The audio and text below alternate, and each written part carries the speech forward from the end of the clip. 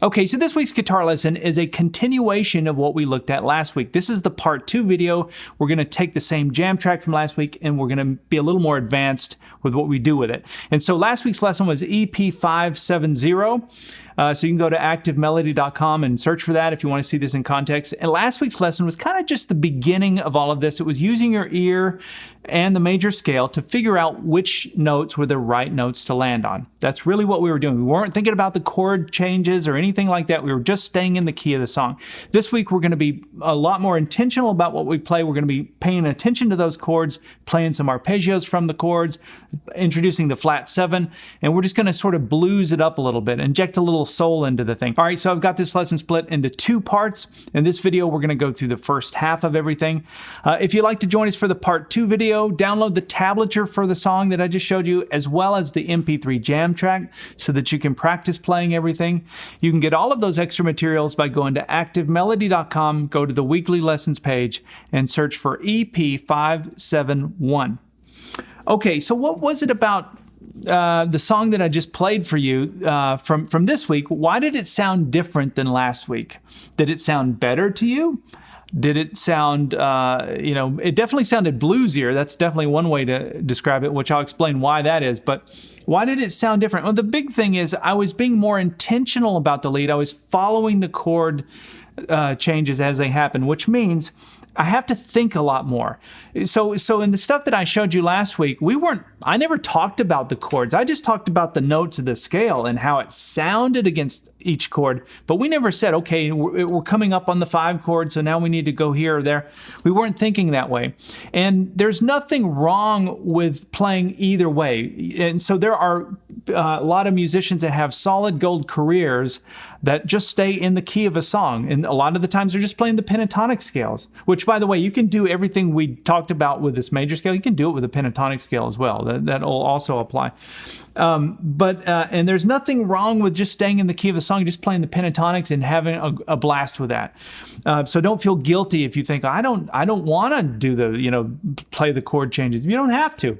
But I would recommend you watch this because you'll pick up an idea or two. And even if you're just a in the key of the song kind of player, you might pick up a few little things that are simple. These are going to be simple techniques we're going to talk about in this video that you can apply to your playing. That's what it's all about. And it might turn you on to the idea of playing in this way.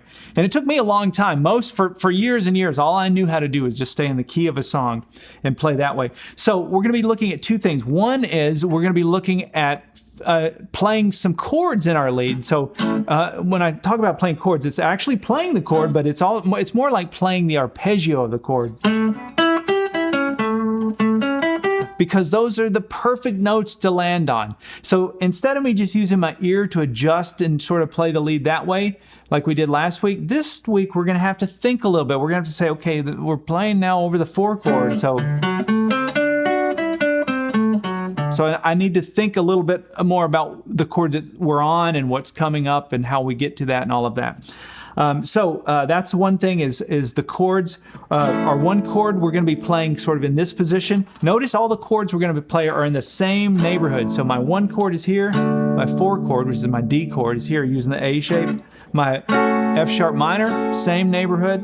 And then my E7, which is my 5 chord. All there, and the chords are 1, 4, 6, 5. Those are the chord numbers from these chords. You could jump all over the fretboard and play in positions all over the fretboard, but it's a much cleaner, more concise experience for you and I think the listener to just sort of stay in the same neighborhood. Plus, it really makes you understand the fretboard when you can do that, when you can see your chords no matter where you're at. Okay, so in addition to using the notes of the chords in our lead, we're also going to be, and this is a big part of why it sounded more bluesy this week, we're going to be playing the flat 7 note that goes with each chord. So I wish I could say it was as simple as you take your major scale, like we did last week, and you just flat the 7. And you do that, and that works for the entire solo. Well, it would work for the 1 chord because I just played the A scale with the flat 7 in it. That was, by the way, that's called a mixolydian. That's all mixolydian mode is, or mixolydian scale. It's just your major scale, and you flat the 7. And that would work over the 1 chord because that was the A mixolydian scale. But as soon as the song switches to the D chord, that flat 7 that I played in the A scale isn't going to work. So what that means is this is the level of complexity that can throw some of you, but I'm going to show you that it's not that hard. So what you have to do is you have to think, okay, now we're on the D chord, so I need to find the flat 7 of D. Now technically what you could do is you could play the major scale of each chord as they pass by, or a version of a scale. It's not always going to be the major scale. There's some variations and blah, blah, blah. But that gets complicated because now you got to think, okay, there's 7 new notes that I got to do, and each time there's a chord, there's this new set of notes. Here's an easier way to think about it. As the chords pass by, if you want to highlight certain notes, there's really 2 notes that are key. One is the flat 7 of those chords as they pass by, and the other one is the 3rd interval. If you can just remember those 2 notes and where they are in relation to the chord, that'll get you by for most of probably the sound that you have in your head. So let me summarize. Let me show you an example. So we're going to play the 1 chord and the 4 chord. We're going to play an A and a D, but I'm going to play that flat 7. And so what I like to do is I just memorize. This is where you're just going to have to memorize. I'll put it up on the screen. But for your A, in this E position here, you have 2 real prominent spots for your flat 7. One is here, 5th fret, 4th string. It's right in the bar where you're barring if you're playing that E shape. And the other one is on the 8th fret, 2nd string. You can hear it's the same note. That's your flat 7, by the way. 1, 2, 3, 4, 5, 6. You're the flat 7 as opposed to the major 7. So those 2 notes are all you have to memorize off of this shape. So think about it. That makes it kind of easy. Instead of me having to think of a whole scale or a mode, it's just 2 notes here. And so now if I'm playing my lead, we can take the information from last week, use our ear and stuff, but if we want to blues it up, if we want to take that dial and dial in the blues, I can hit that flat 7 and man, it just spells the blues. It's that simple. So these are just ingredients that you use when you're cooking. If you want it to sound more dreamy, you wouldn't flat the 7. You'd play just the major 7 the way it would normally be.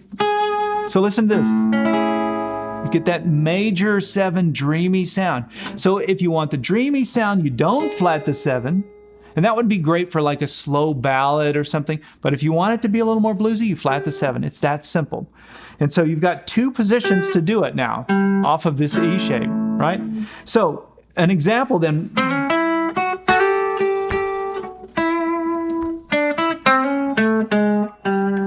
Hear how bluesy that sounded? I used the chromatic walk down, but I came down to this note and I played it up here.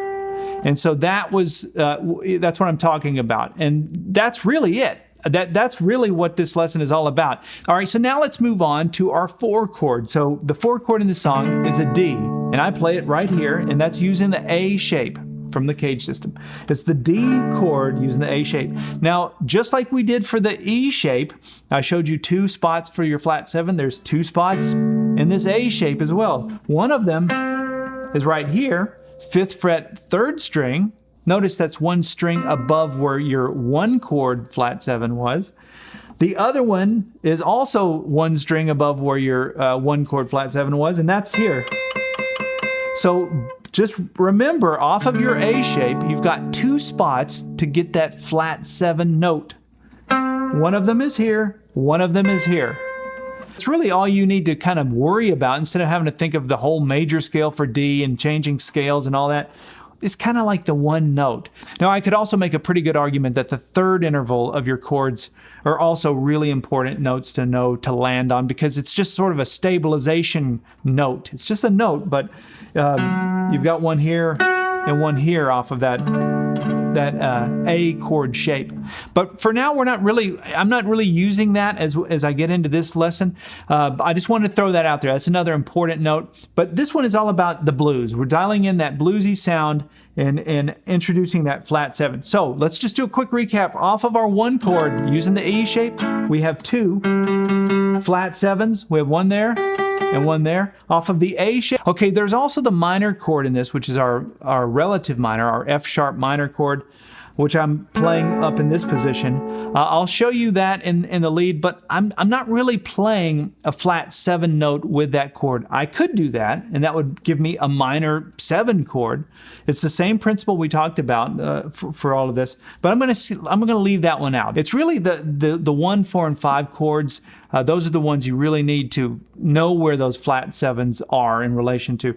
And so I'm giving it to you in 3 of the most prominent shapes: your E shape, your A shape. The next shape we're going to do for the 5 chord is your C shape, which is here. So look at that: 1, 4, 5. That's my E chord using the C shape. So do you know that?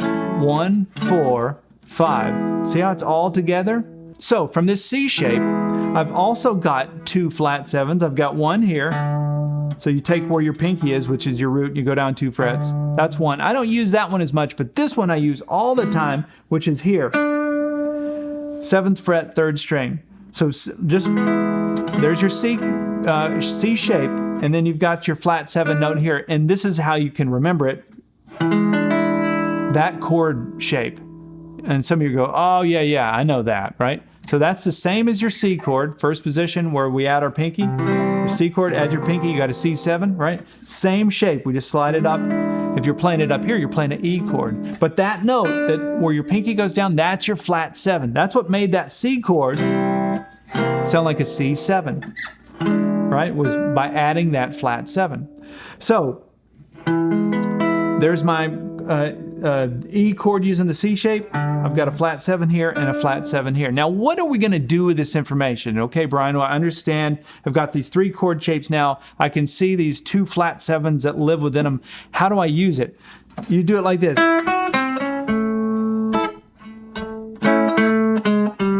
Hear the flat 7? Watch this.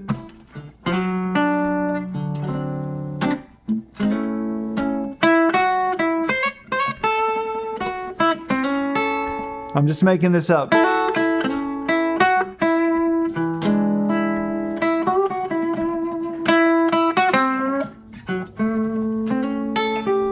Hear it? Watch this.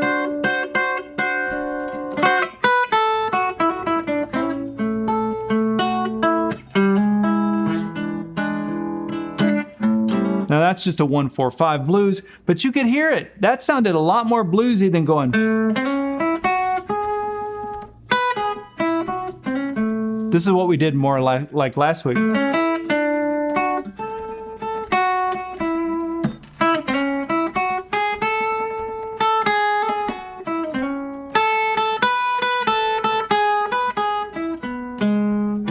Here, I mean, you can hear the chords there, but without that flat 7 in it, it just sounds kind of, it just needs, it's soulless. I don't know.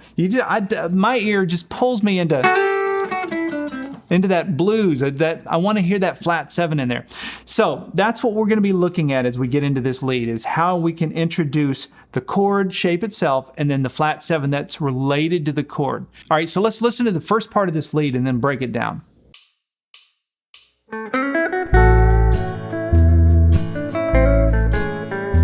Okay, so it starts like this. So that's all played over the A chord. I'm thinking of the A chord using the E shape. I'm starting here on the 7th fret, 5th string, and I'm really picturing the arpeggio of that A chord. Actually, I'm thinking about the flat 7 as well. So it's really more like an A7 arpeggio, but I do a slide into that. up to the fifth interval of the chord, which is my 5th fret 2nd string. And then I came up to the 6th interval, and then I did a half bend on that 6th fret to this note. There's the note. There's the flat 7. Now that's the other thing. You don't just have to play the note. You can bend into the note. I hope a light bulb went off for somebody. You go, oh yeah, that's kind of cool. That's bluesy, right? Now it's a half bend. You got to be careful. You don't want to overbend it. Then you'll be hitting the wrong note. But that half bend, that's a real bluesy way of hitting that note. Now, when I played that, I also held down this A note up here, which is the 5th fret 1st string. Hit both of those. It's a cool sound. I love that. And then hit the 2 together. And then watch this. Hear that? I came down to the flat 7 here. Those are the 2 flat 7s out of this E shape.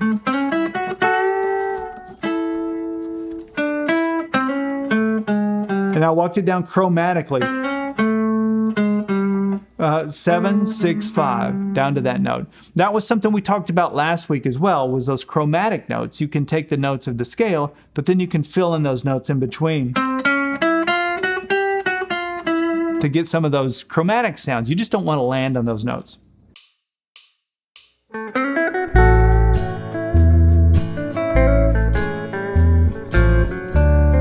Okay, so after we landed on that flat 7, I went like this. Let's look at that. So, there's the flat 7 of your A chord. Now we're going to the 4 chord, which is our D, right? And since I hit the flat 7 in that 1 chord, I wanted to keep the bluesy theme going. So I came down here. Let me show you the notes. I'll explain what I'm doing here in a minute. But it's on the 3rd fret 4th string, up to the 4th fret, and then the 3rd fret 2nd string. And then my pinky goes down on the 5th fret 3rd string. Now all I'm doing is this. I'm playing that chord, but I'm kind of building into the chord like this. Playing the notes sort of out of sequence or out of order. But I'm building this chord. That's my D7 chord. And that's using the same principles we talked about. Remember, I already showed you that. It's the same as like your C chord in first position. You add your pinky. Oh yeah, okay, C chord, C7. Slide that up 2 frets, and you're playing a D7. And so knowing that, okay, that's my D7 chord, and here's my D chord using the C shape. See, it's all connected to what we talked about. Knowing that this is where I want to be, I can just kind of build that chord. So I'm visualizing it before I play it. And that's the result.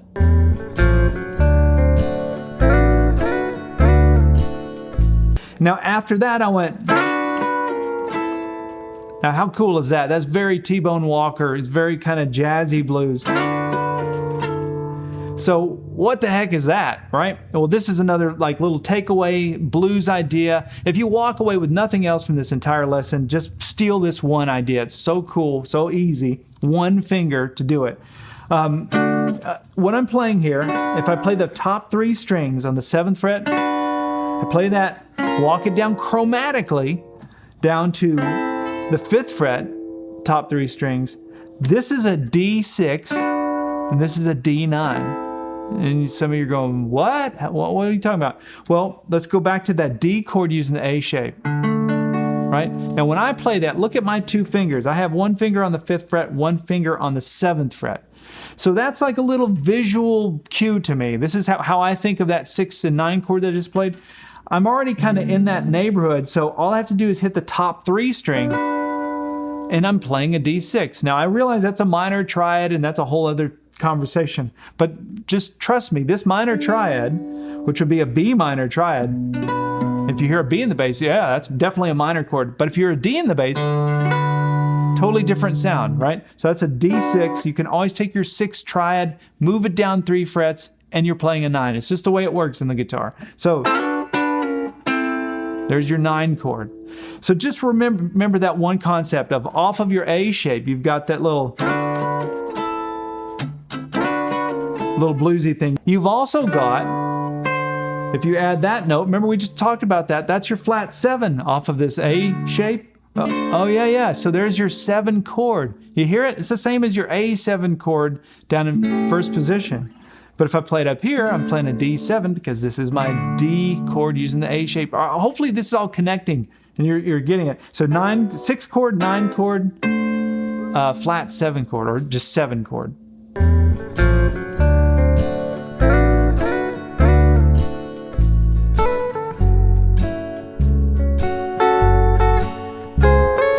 All right, so now the song goes to that minor 6 chord, which is our F sharp minor chord. And I played this.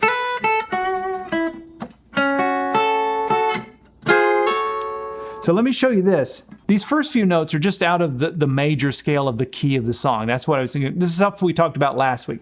So it's a hammer on between the 5th fret and the 7th fret on the first string, and then down to the 7th fret, 2nd string. Now I realize you're playing that over a minor chord, but if you're thinking key of the song, that A major scale becomes the F sharp minor scale because of it's the chord underneath it that determines the scale. So anyway, that's where those first 3 notes come from.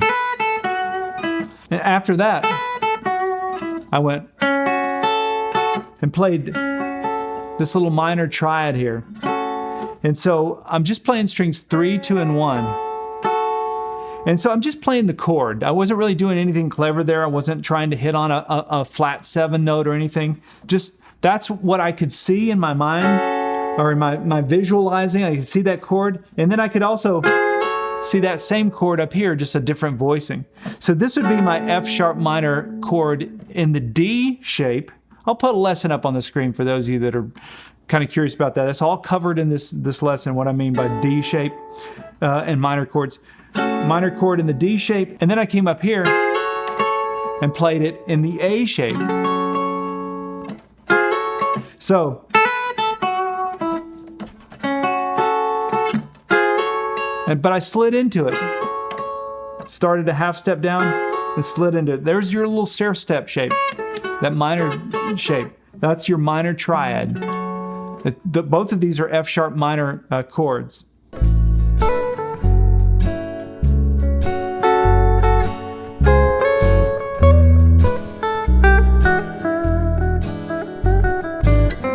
And then after that, the song goes back to the 1 chord. And I played something like this, just to get back down. It's just the major scale. So I was just walking down the major scale on the first string with a little hammer-on pull-off between the 9th fret and the 10th fret on the first string. And then we go down to the 7th fret, down to the 5th fret. So I was just walking back down into this position for the 1 chord. That's all I was doing.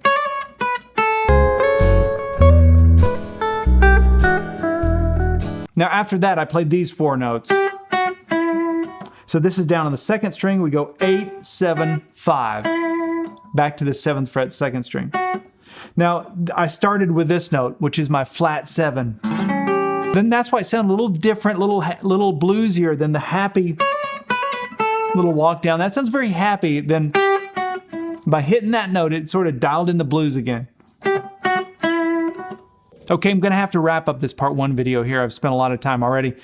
Come join us in part 2 where we'll go over the rest of the lead. And remember, you'd have access to the jam track, the tablature, the on-screen tab viewer, which is the video of me playing and tab on the screen at the same time. It's a great way to learn. You can slow it down and loop it and all of that. And if you like this lesson, you've picked up an idea or two, or have just been encouraged by something, leave me a comment. I always appreciate these comments. It helps with the algorithms. And it more than the algorithm part, it really helps me know what's resonating and what's working. And if you've got questions about something, leave those as well. All right, we'll see you in part 2.